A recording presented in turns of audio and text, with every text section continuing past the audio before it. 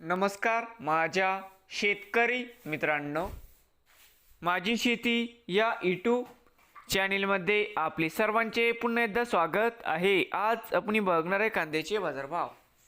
महाराष्ट्र राज्यातील कृषी उत्पन्न बाजार समिती मुंबई येथील आजचे कांदा बाजारभाव म्हणजे दिनांक 18 मार्च 2026। सर्व शेतकऱ्यांनी हा व्हिडिओ संपूर्णपणे बघा, कुठे स्किप करता। तर मित्रांनो, कांदा दरामध्ये होते चांगली सुधारणा।